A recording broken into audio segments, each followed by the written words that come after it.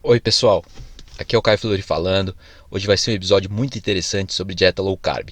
Dieta low carb para esportistas e a importância do sol e muitas das armadilhas que muita gente se encontra preso com relação ao sol.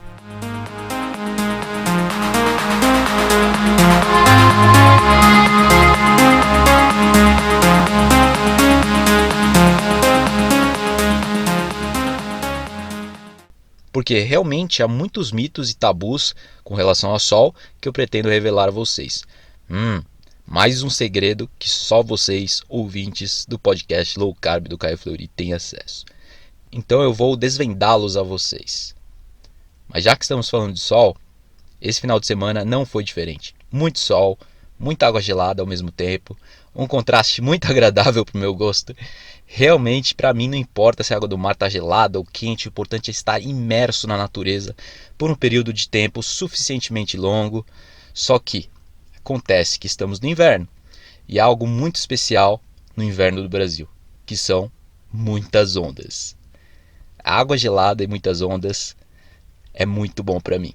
E nesse final de semana, a água estava particularmente gelada e as ondas estavam particularmente grandes.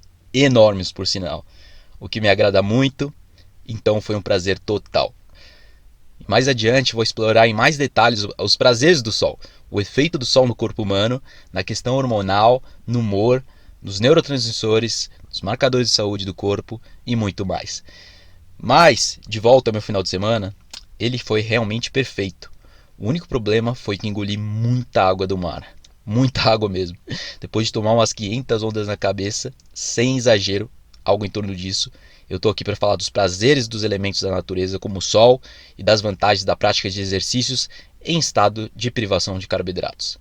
A dieta low carb cetogênica para esportistas e atletas, o resultado da dieta na performance, na composição corporal e emagrecimento dos participantes. Então apertem os cintos, pois esse vai ser um episódio duplo e, portanto, mais valioso. Vamos que vamos, pessoal!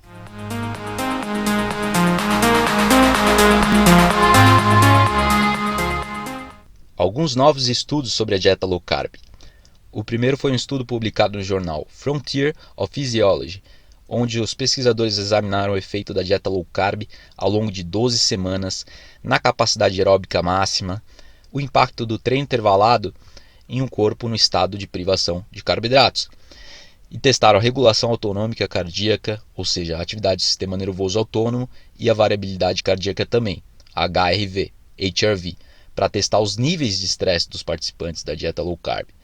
Então, esse foi um estudo de 12 semanas, um estudo razoavelmente longo, suficientemente longo, aliás, um tempo bom o suficiente para a cetoadaptação dos atletas, ou seja, a adaptação dos participantes ao uso de gordura corporal e dietética como energia, a cetoadaptação. Testaram o VO2 máximo e testes específicos da capacidade aeróbica.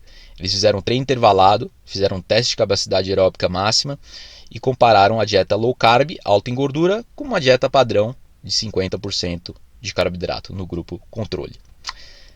E os resultados foram que ao final dessas 2 semanas não houve nenhuma perda de performance dos exercícios de alta intensidade durante até 25 minutos, nem prejudicou a capacidade de performance cardiorrespiratória máxima, tampouco a atividade do sistema nervoso autônomo. E por isso, é claro, não suprimiu a variabilidade cardíaca. Então não houve nenhuma redução na performance, não houve nenhuma redução, nenhum aumento, aliás, nos níveis de estresse com os participantes low carb com relação aos participantes da dieta alta carboidrato. Sem surpresas por enquanto. Esse estudo não foi com atletas de elite, apenas esportistas ácidos, mas um estudo muito interessante e muito importante. Há alguns estudos no passado sobre a dieta low carb e performance atlética. Em geral, eles não resultam na piora da capacidade atlética, e um dos mais famosos pesquisadores, o Jeff Volek, não constatou nenhuma desvantagem atlética com atletas de elite com alto volume de treino. E ao mesmo tempo, as vantagens metabólicas para o emagrecimento e saúde foram imensas com a low carb. Ele constatou, mais especificamente, 2 vezes mais queima de gordura como energia com a dieta low carb. Então não só melhora a saúde em geral com a low carb, mas também aumenta a queima de gordura. Ou seja, mais estabilidade na glicose sanguínea, houve também menor insulina, menos IGF-1, redução do risco cardiometabólico e menor inflamação, autoimunidade, menor triglicérides. Então, uma melhora geral em todos os marcadores de saúde. Reduziu a autoimunidade, inflamação, triglicérides e tudo. Não podia ser melhor. E a única carência, voltando a esse estudo em pauta, esse primeiro estudo, foi que não houve testes para performance de atletas em outras modalidades. Né? Testaram, no caso, treino intervalado e aeróbico, mas não testaram esportes como futebol, luta, tênis, musculação e outros exercícios de gênero. Outros estudos já testaram, mas não foi esse caso. Então, foi ótimo para o treino intervalado e para a corrida especificamente. Então, todos os esportes que incluem flutuação entre a capacidade aeróbica e anaeróbica precisam ser mais estudados no futuro. Então, sabemos que existem vários atletas de elite na low carb, apesar de já existirem estudos com essas outras modalidades precisam ser mais estudadas. Então, sabemos que existem vários atletas de elite na low carb, para essas modalidades que não foram testadas. Mas só por garantia, uma recomendação boa, se você é um atleta de elite, de outras modalidades como crossfit, musculação, luta, etc., ou mesmo um esportista ácido, é o conceito, ou seja, se você vai para a academia todos os dias, isso já vale a pena para você também. O conceito de treinar com baixa disponibilidade de carboidratos, esse conceito se chama training low, ou seja, treinar low carb, e consumir carboidratos para as provas específicas ou campeonatos específicos apenas. Então, só consumir carboidratos algumas vezes e treinar sem carboidratos. Pode ser o consumo de carboidrato no dia anterior da prova ou os campeonatos. Isso geralmente funciona muito bem para atletas low carb. O que é recomendado também para esses atletas de elite é algum tipo de refeed de carboidrato semanal. Quer dizer, 1 ou 2 vezes na semana, comer mais perto de 200 gramas de carboidrato e manter umas 100 gramas de carboidrato por dia, o que é uma dieta cetogênica low carb para atletas. Então eu vou explicar. Para quem não entende o que é uma dieta cetogênica para atletas, ela é caracterizada pela produção de cetose ao longo do dia, aliás, para qualquer pessoa. O que significa que para a pessoa sedentária é preciso comer menos de 35 gramas de carboidrato por dia para ficar em cetose o dia todo. E para quem faz bastante exercício, há uma tolerância maior. 50 ou 70 gramas de carboidrato, a pessoa ainda se mantém em estado de cetose a maior parte do dia. E para quem é atleta, para quem treina 2, 3, 4, 5 horas por dia, muitas vezes 150 gramas de carboidrato por dia pode não ser suficiente para tirar o atleta de um estado de cetose, pelo menos não por um tempo significativo. Então, 150 gramas de carboidrato pode ser uma dieta cetogênica para atletas que treinam mais de 2 horas por dia. Mas vale notar que mesmo assim a produção de cetose varia de pessoa para pessoa. Então a capacidade do corpo de usar a gordura como fonte de energia é variável, então entra na questão da individualização. Cada caso é um caso, cada corpo reage de uma maneira singular à redução dos carboidratos. E isso pode ser feito da seguinte maneira. Se você faz musculação todo dia, ou algum tipo de esporte bem vigoroso, 1 hora por dia ou mais, você pode ficar sem carboidratos ao longo do dia, comendo só legumes, ovos, peixes e carne, e no pós-treino, seja de manhã ou de noite, comer umas 30 gramas de carboidrato na forma de batata doce, arroz, um pouco de feijão também cozido, pode ser, e assim totalizar um consumo de 50 a 70 gramas de carboidrato por dia. Então, se você é um esportista ácido, que treina todo dia 1 hora por dia, ou faz treino aeróbico frequentemente, você pode comer 50 a 70 gramas de carboidrato por dia e deixar esses carboidratos para o período pós-treino apenas. Dessa forma, você sai de cetose em questão de horas, né? Você fica 2, 3 horas fora da cetose e logo volta a queimar gordura como energia. Então, se seu exercício for vigoroso o suficiente, como essa 1 hora por dia que eu falei, de corrida ou de musculação, e musculação eu digo com um peso decente, né? Não vale contar com pezinho michuruca, né? Mas tem que ter carga mesmo, senão desconsidere isso. Você deve ficar numa dieta menos de 50 gramas de carboidrato por dia, se não for esse seu caso. Se for o caso, você pode sair da cetose por 2, 3 horas e logo retornar ao estado de queima de gordura que você estava antes de consumir os carboidratos. Em outras palavras, você fica em cetose umas 20, 22 horas por dia e só sai por poucas horas, quando você faz esse refeed de carboidrato aí de 30 gramas após o treino. Tá legal? E lembrando, se você não faz exercício, nada de carboidrato. Como eu falei, menos de 50 gramas, idealmente menos de 40. Porque você não precisa de absolutamente nada. O seu corpo já produz internamente carboidratos. E se você for um atleta que treina 2 a 5 horas por dia, daí um cenário bom seria comer essas 150 gramas de carboidrato que eu falei, de preferência baixo índice glicêmico e de preferência na janela anabólica, para que seja pós-treino. Geralmente pós-treino eu recomendo, porque há certos benefícios da adaptação do consumo do corpo ao treino de jejum, quer dizer, sem comida pré-treino. Nisso você ativa as vias de desintoxicação do corpo, reduz a insulina, a glicemia e aumenta a produção de hormônio de crescimento durante o treino. Então há várias vantagens de treinar em jejum. Um jejum não significa treinar um jejum de 16 horas, você pode treinar um jejum de 4, 5 horas, funciona também. Por exemplo, um treino à tarde, após 4 horas sem comer. Nesse caso, você sairia de cetose por algumas horas, consumindo o carboidrato pós-treino, mas logo retornaria em seguida. Você retornaria 2, 3 horas depois ao estado de cetose. Eu particularmente estou consumindo em torno de 50 a 70 gramas de carboidrato por dia nos dias que faço 50 minutos de musculação, que são 5 ou 6 dias na semana. E isso é um detalhe muito importante, muito importante. Tudo pós-treino e tudo de baixo índice glicêmico. E nos dias que eu faço 3 a 4 horas de exercício aeróbico, aliás, muitas vezes 5 ou 6 horas, né? Então eu diria que 3 a 5 horas de exercício aeróbico, eu consumo em torno de 70 a 100 gramas de carboidrato nestes dias.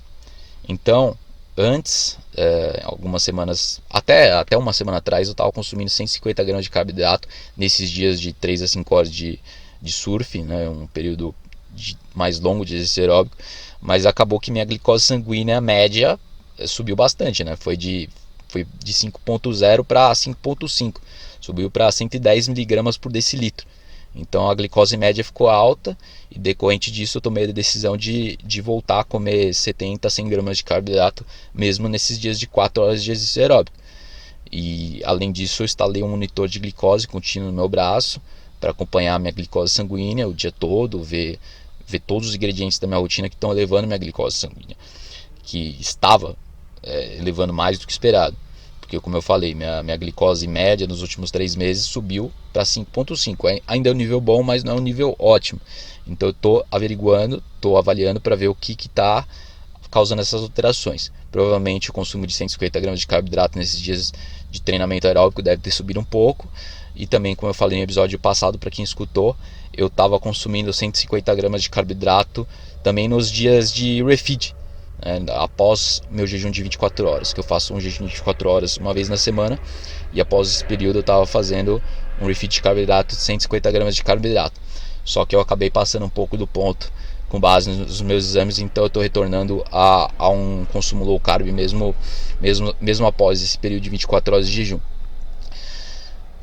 Mas retornando ao primeiro estudo em pauta, né, fica evidente que você não precisa de carboidrato para correr 5 km por dia ou para fazer um treino intervalado.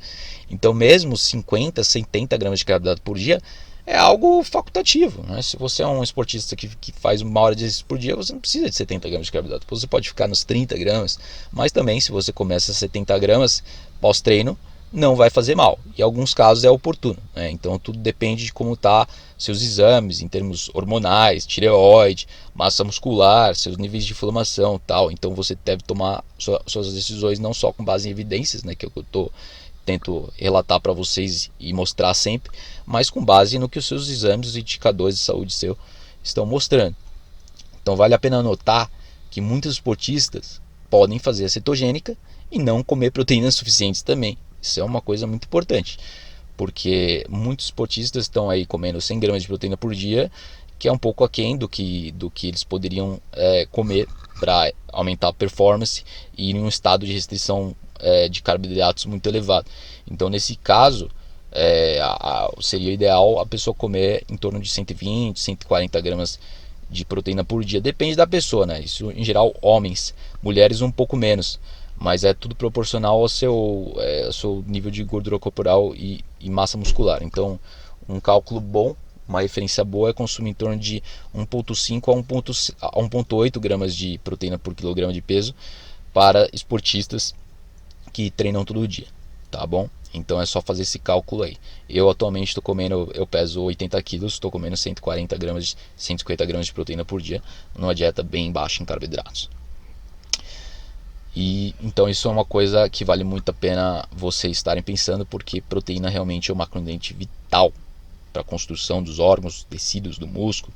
Então isso pode ser realmente o ingrediente que está faltando para você ter sucesso na sua dieta low carb, como um atleta, como um esportista, ou mesmo como uma pessoa, né? Porque realmente a proteína é muito importante e vejo pessoas comendo pouca proteína, mesmo pessoas sedentárias. Então sempre vale a pena você otimizar seu consumo de proteína. E agora vamos passar brevemente para o próximo estudo da dieta low carb com esportistas, muito interessante também. Nesse caso foi em pessoas que estavam fazendo treino resistido, ou seja, musculação. E adivinha, o estudo também foi conduzido em um período de 12 semanas, exatamente igual ao outro. E o objetivo foi avaliar as variações de peso e composição corporal das pessoas que seguiram a dieta low carb. Então eles queriam observar os efeitos da low carb na perda de peso e ganho de músculo. E o que eles constataram foi que a low carb não só fez com que os participantes do estudo perdessem mais gordura no período de 3 meses, olha que interessante, como o ganho de massa muscular foi muito similar em ambos os grupos, tanto na dieta alta em carboidratos como na dieta baixa em carboidratos. Então, novamente, sempre tem aquele personal trainer que teima dizer que você precisa comer carboidrato para ganhar músculo e que realmente tudo isso é uma lorota. É tudo mentira, eles nunca leram nenhum estudo low carb, provavelmente estão falando isso com base no que eles aprenderam na faculdade, que é errado, entendeu? Então é claro que as pessoas estão dando opinião com base em nada, não com base em ciência. Por isso que é importante você colocar tudo em perspectiva, né? Eu colocar tudo em perspectiva para vocês. Então o treinamento de musculação não foi prejudicado com uma dieta low carb, muito pelo contrário, os participantes secaram. Eles perderam mais gordura e manteram o músculo. Então, como você pode fazer um treino de musculação todos os dias da semana no estado de baixo consumo de carboidrato, sem problemas nenhum. Aliás, isso aí é recomendado, porque há muitos atletas aí com hiperglicemia e que estão realmente tem bastante gordura, né? O pessoal quer ficar forte, quer ficar saradão e acaba ficando gordo, não sabe que quer ficar um armário, né? Quer ficar gigante. Mas nessa pessoa ganha muita gordura, aumenta a inflamação, aumenta a glicemia, então a saúde da pessoa acaba sendo piorada, mesmo que ela se ache mais bonita no espelho por estar parecendo um armário. Então realmente a gente precisa entender o que é mais saudável pra gente, isso é o mais importante acima de tudo. E reduzir a gordura corporal, melhorar todos os marcadores com a dieta low carb. E isso é incrível.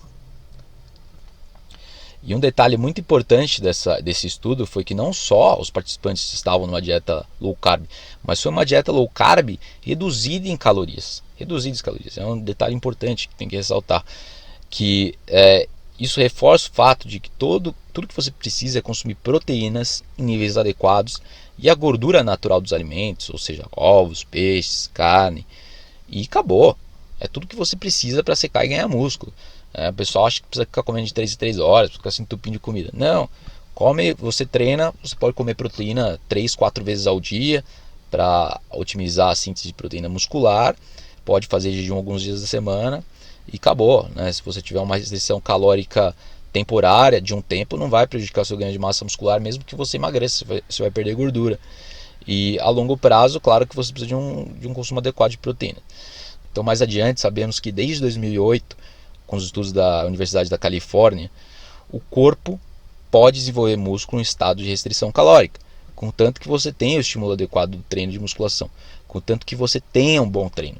Então, períodos de baixo consumo de proteínas, como o jejum de 24 horas que eu faço semanalmente, não são impedimento para o ganho de músculo, contanto que você realize o treino e que você faça o treino e que a maior parte da semana ou mês você consuma um teor proteico suficiente para a sua prática de exercício, proporcional ao exercício que você pratica. Então geralmente é 1,3 a 1,8 kg de proteína kg de peso, como eu havia dito antes. Logo, se você deixou de comer proteína um dia ou outro, por causa do jejum mais longo, não tem problema. Seu corpo vai desenvolver músculo, mesmo na ausência de calorias temporárias. E isso é mais ou menos o que acontece comigo quando eu faço jejum de 4 horas semanal e continuo puxando ferro nesses dias. Eu faço treinamento de musculação 2 vezes ao dia mesmo quando eu estou no estado de não alimentado, né? Jejum de 4 horas. Você não vai perder músculo significativamente se você consumir as proteínas, uma dieta balanceada no resto da semana.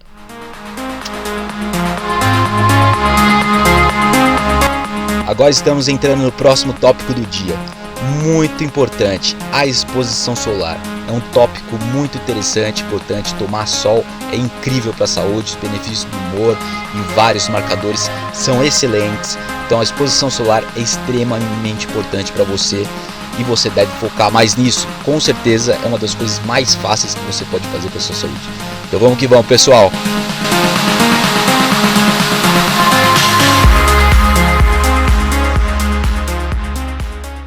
Se você não toma sol ainda em uma base regular, você realmente está perdendo.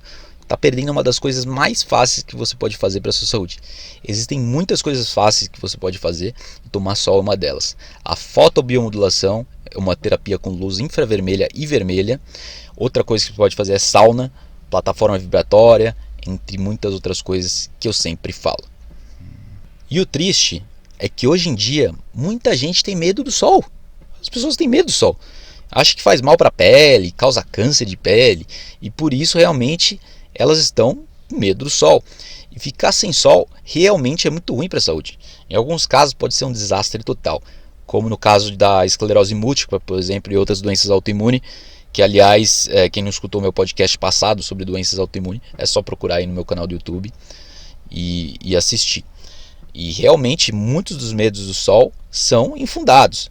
E muitos profissionais de saúde estão fazendo um desserviço para a sociedade ao recomendar não tomar sol e utilizar protetor solar sempre.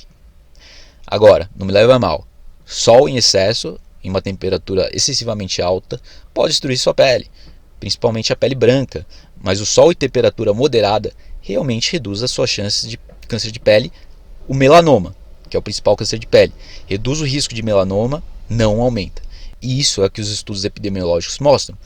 Então, para ir direto ao ponto, ao assunto, há momentos que você realmente precisa usar protetor solar.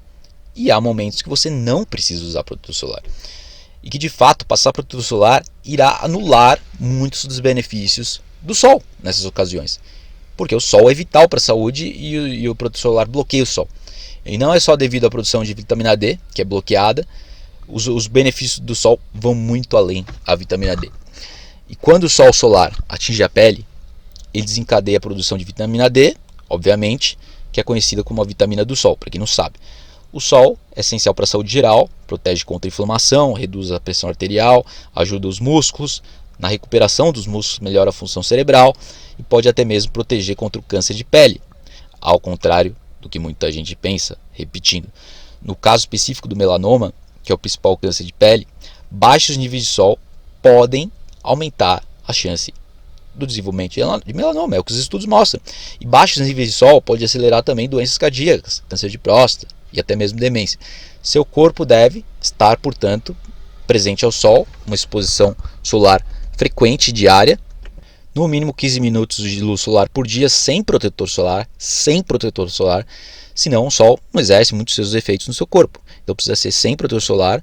E se for um sol fraco, de 20 a 26, 27 graus, 1 ou 2 horas, ou mais até mesmo, sem protetor solar, é um melhor custo-benefício para a sua saúde.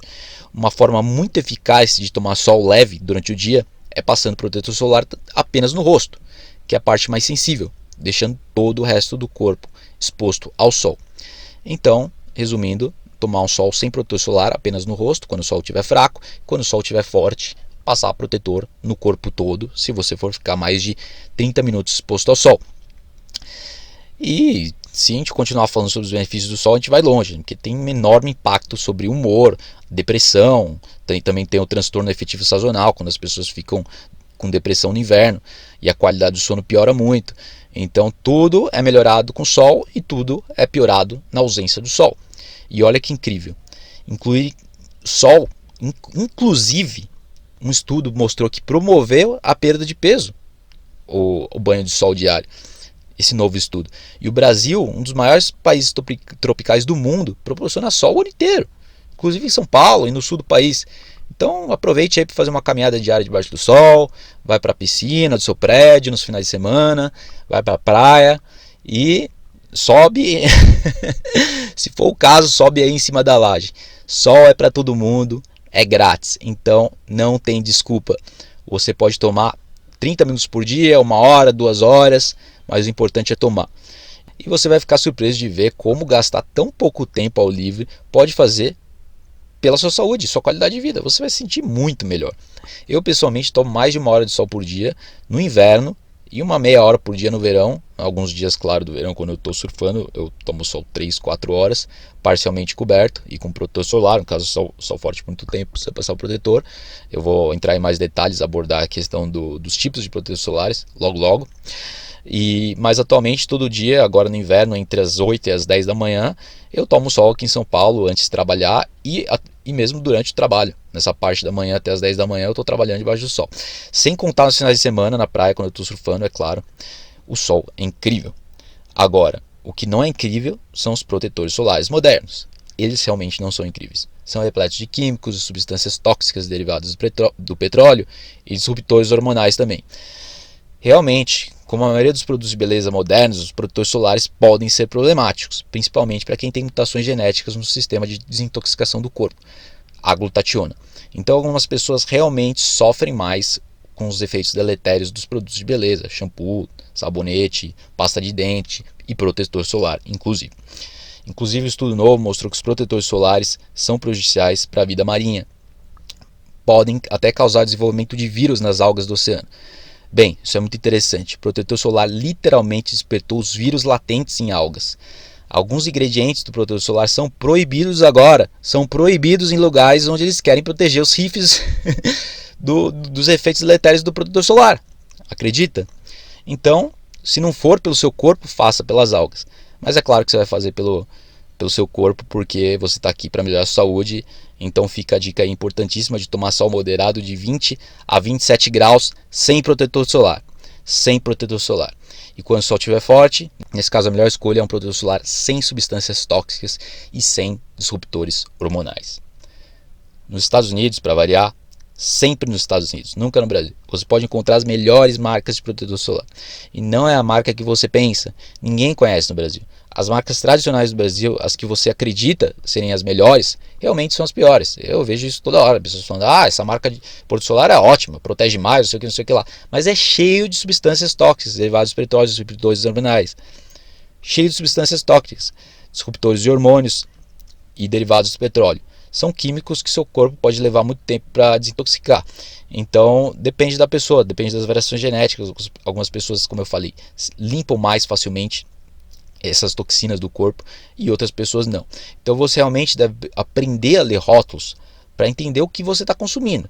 Consumindo por quê? Quando você passa na pele, qualquer coisa que você passa na pele, você está consumindo. Tudo que você absorve pela pele é como se você estivesse comendo o produto.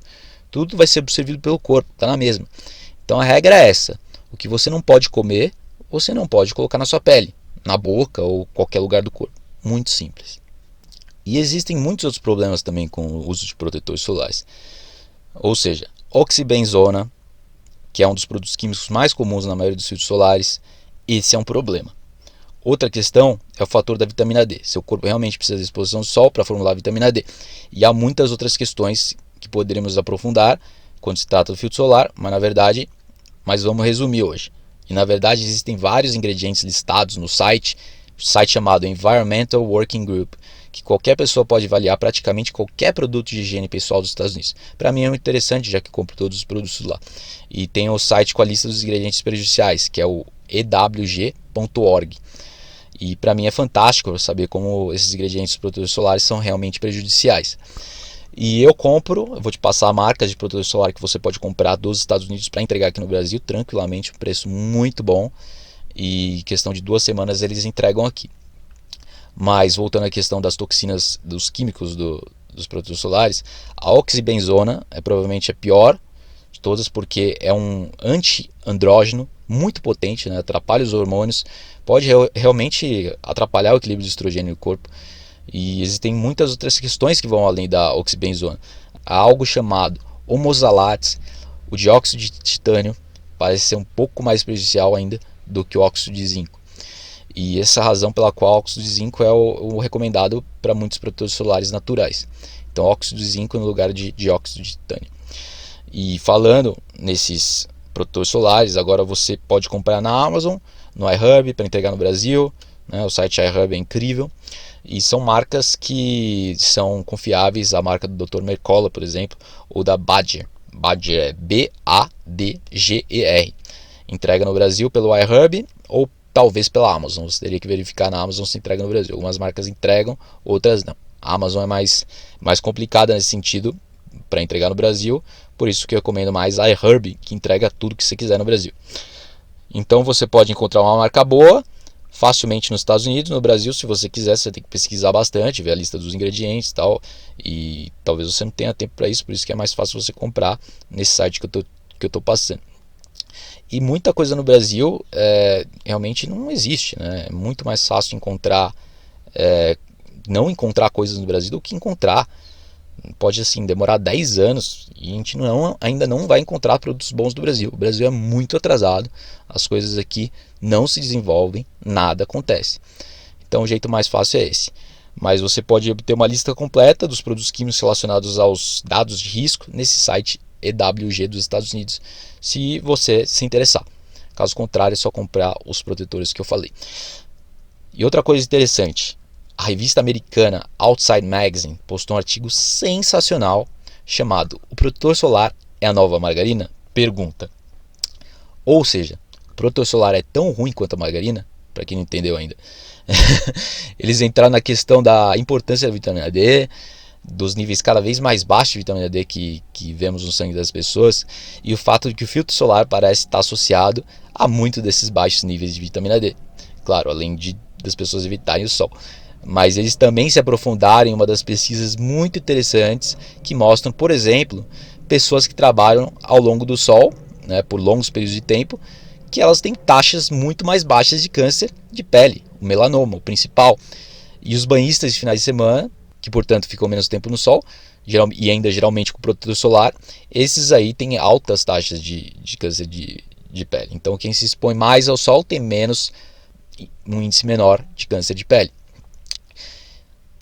Então é isso, pessoal. A exposição solar ao sol é realmente protetora contra o câncer de pele, enquanto que, claro, assim como estar no sol todos os dias é muito bom e importante para a saúde. E de fato, um dos estudos de 2016 que eles citaram no artigo foi um estudo do Journal of Internal Medicine. O chefe de pesquisa desse estudo colocou da seguinte forma a questão do sol. Evitar a exposição do sol é um fator de risco de magnitude semelhante ao fumo em termos de expectativa de vida. Semelhante ao fumo. Então é uma afirmação muito profunda. Quer dizer que ficar sem sol é tão prejudicial à saúde quanto fumar, né, em suas palavras, né, o pesquisador do estudo aí da Journal of Internal Medicine. Não estou dizendo que é o que eu acredito, mas eu acredito que realmente o que os estudos mostram, que ficar sem sol é muito prejudicial, e o sol é uma das coisas mais fáceis que você pode fazer para a sua saúde. Então eu não estou dizendo que você não tem que ter cuidado na exposição dos raios UVA, UVB, mas eu estou dizendo que doses frequentes de luz do sol podem ser muito prudentes, sim, desde que você esteja cobrindo suas bases em termos de dieta. Quer dizer, influencia a habilidade do seu corpo de ser capaz de combater alguns dos possíveis danos radioativos dos raios UV, porque a dieta influencia como o sol está influenciando o seu corpo, está impactando o seu corpo e a sua saúde. Então eu vou resumir para vocês. Uma dieta baixa em gordura ômega 6 é ideal. Isso é número 1. Ômega 6 é extremamente prejudicial para o corpo e amplifica os efeitos negativos do excesso dos raios UV no corpo. Então, começa aí cortando os óleos processados, a margarina da sua dieta, o óleo de soja, o óleo de canola e, ao mesmo tempo, incluindo peixes e suplementos de ômega 3, como óleo de krill, que é um dos melhores, e algas como espirulina e clorela, que inclusive são ricas em clorofila. E a clorofila amplifica os efeitos positivos do sol nas mitocôndrias e Antioxidantes também que protegem contra a oxidação do sol são quais? Carotenoides, como a astaxantina. Eu particularmente tomo 10 a 20 mg por dia de astaxantina e 5 a 10 gramas de clorela por dia, além de, é claro, só ficar mais de meia hora no sol sem protetor solar quando o sol está acima de 30 graus. Então, resumindo, o consumo de ômega 3, carotenoides como a astaxantina, algas e ficar no sol exposto num tempo certo e na temperatura certa é a chave. E quanto aos benefícios incríveis do sol, temos aí, por exemplo, o pesquisador Arthur Haynes. Ele relata bastante seu livro impressionante, se chama A New Path, e esse livro ele mostra todos os benefícios incríveis do sol e os problemas do protetor solar. E ele também fala sobre alguns dos compostos protetores das plantas que podemos ingerir para nos protegermos da radiação UV, como os que eu falei, carotenoides, clorofila, ômega 3, óleo de crio, mas o seu livro vai muito além. O seu livro mostra muitas das formas de incluir práticas ancestrais na nossa rotina moderna. E no seu livro ele começa a demonstrar por meio de pesquisas como a radiação UV, como as quantidades naturais de UVA e UVB não apenas ajudam na produção de vitamina D3, mas também ajuda a produzir o hormônio estimulado dos melanócitos. E isso é um polipeptídeo. Ele permite a pigmentação da pele, mas também pode contribuir para o desejo sexual, e é por isso que muitas vezes você sente mais vontade de ter relações sexuais no verão, por causa desse hormônio que estimula os melanócitos. Mas de qualquer forma, o hormônio estimulante dos melanócitos é um deles, e as beta-endorfinas é outro, que são os opioides naturais e funcionam para regular a dor. É o famoso barato do corredor, né? Vocês já ouviram falar do barato do corredor. A endorfina, que é produzida a partir do sol, é um dos motivos dos surfistas serem uma das pessoas mais felizes do mundo. Eu posso lhe garantir. E todos eles são produzidos em resposta à luz do sol. Também tem a substância P. A substância P promove o fluxo sanguíneo, regula a função imune, transtorno de humor e age como uma substância vasodilatadora natural. Ou seja, melhora seu fluxo sanguíneo. E os benefícios para a saúde arterial e cardiovascular do sol são muito bem documentados. Então, muito importante esse efeito do sol na vasodilatação, no fluxo sanguíneo, na redução da pressão arterial. E outra substância vasodilatadora que protege contra a pressão arterial e a inflamação se chama peptídeo relacionado ao gene da calcitonina. Esses também são produzidos em resposta ao sol. E depois tem o hormônio adrenocorticotrófico, que regula a função do cortisol e ajuda a modular a função imunológica. Então, realmente, pessoal, há muita coisa que vai além da produção de vitamina D, que você só recebe no sol e só recebe quando não está sendo bloqueado pelo protetor solar. Então, esse é o caminho, pessoal. Tomar sol bem e de maneira sábia. Então, até a próxima, pessoal. Espero que vocês tenham gostado. Vamos continuar no próximo capítulo. Vamos que vamos. Abraço. Oi pessoal, tudo bem? Aqui é o Caio Fleury novamente. Eu tenho uma mensagem para contar para vocês. Isso mesmo, o coaching de emagrecimento. O coaching de emagrecimento, estão abertas as inscrições. Inclui um período de 15 dias ou mais de acompanhamento para você emagrecer e atingir o peso que sempre sonhou. Isso mesmo, você precisa atingir seu potencial máximo e o coach vai te ajudar nisso. Portanto, entre em contato agora. É 011 97533 8525, 011 97533 8525. Repetindo, você vai perder peso com facilidade, com a low carb, com a cetogênica, ou seja a dieta que for, dieta paleo mais liberal, mas com certeza irá atingir seu objetivo. Então não se esqueça de me mandar uma mensagem no WhatsApp agora. Muito obrigado, abraço.